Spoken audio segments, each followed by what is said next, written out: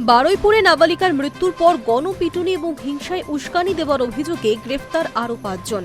বৃহস্পতিবার রাতে এলাকায় পুলিশ, এসটিএফ এবং স্পেশাল অপারেশন গ্রুপের যৌথ অভিযানে ৫ জনকেই গ্রেফতার করা হয়েছে। পুলিশ সূত্রে বলছে, এলাকায় আরও ধরপাকড় চলছে। আগামী দিনেই গ্রেফতারের সংখ্যা বাড়তে পারে। বারুইপুরে নাবালিকা গত শনিবার থেকে নিখোঁজ ছিল।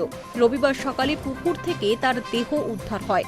অভিযোগ, গণধর্ষণের পর তাকে খুন করা হয়েছে। এই ঘটনায় এখনো পর্যন্ত ৪ জন গ্রেফতার হয়েছে। পুলিশে এনকাউন্টারে নিকেশ হয়েছে মূল অভিযুক্ত প্রভাস মণ্ডল।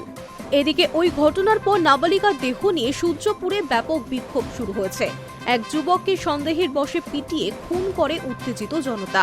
মুখ্যমন্ত্রী শুভেন্দু অধিকারী বারুইপুরে গিয়ে জানান, গণপিটুনিতে যার মৃত্যু হয়েছে তিনি নির্দোষ ছিলেন। দোষীদের কঠোর শাস্তির আশ্বাসও দিয়েছিলেন মুখ্যমন্ত্রী। পুরো গণপিটুনিতে সাম্প্রদায়িক উস্কানি থাকতে পারে বলেও ইঙ্গিত মিলেছিল মুখ্যমন্ত্রীর কথায়। আর তারপরে ওই হিংসায় উস্কানির ঘটনায় ধরপাকড় শুরু করে পুলিশ।